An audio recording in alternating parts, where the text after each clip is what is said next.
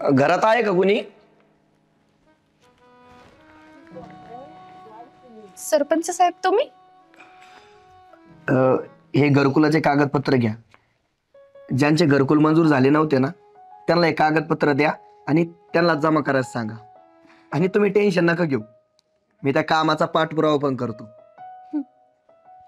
खरंच खूप उपकार झाले बरं का तुमचे. धन्यवाद.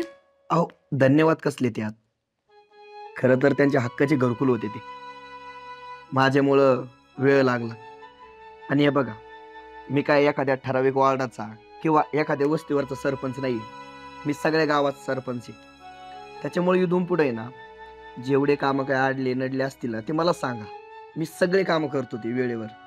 हो, नक्कीच सांगेल. आणि हो, घराचं भूमिपूजन पण तुमच्याच हातातून होईल. ठीक आहे. चालेल. चहा घेणार? नाही, चहा नको, आता गावात जायचंय. बरं चालेल. या.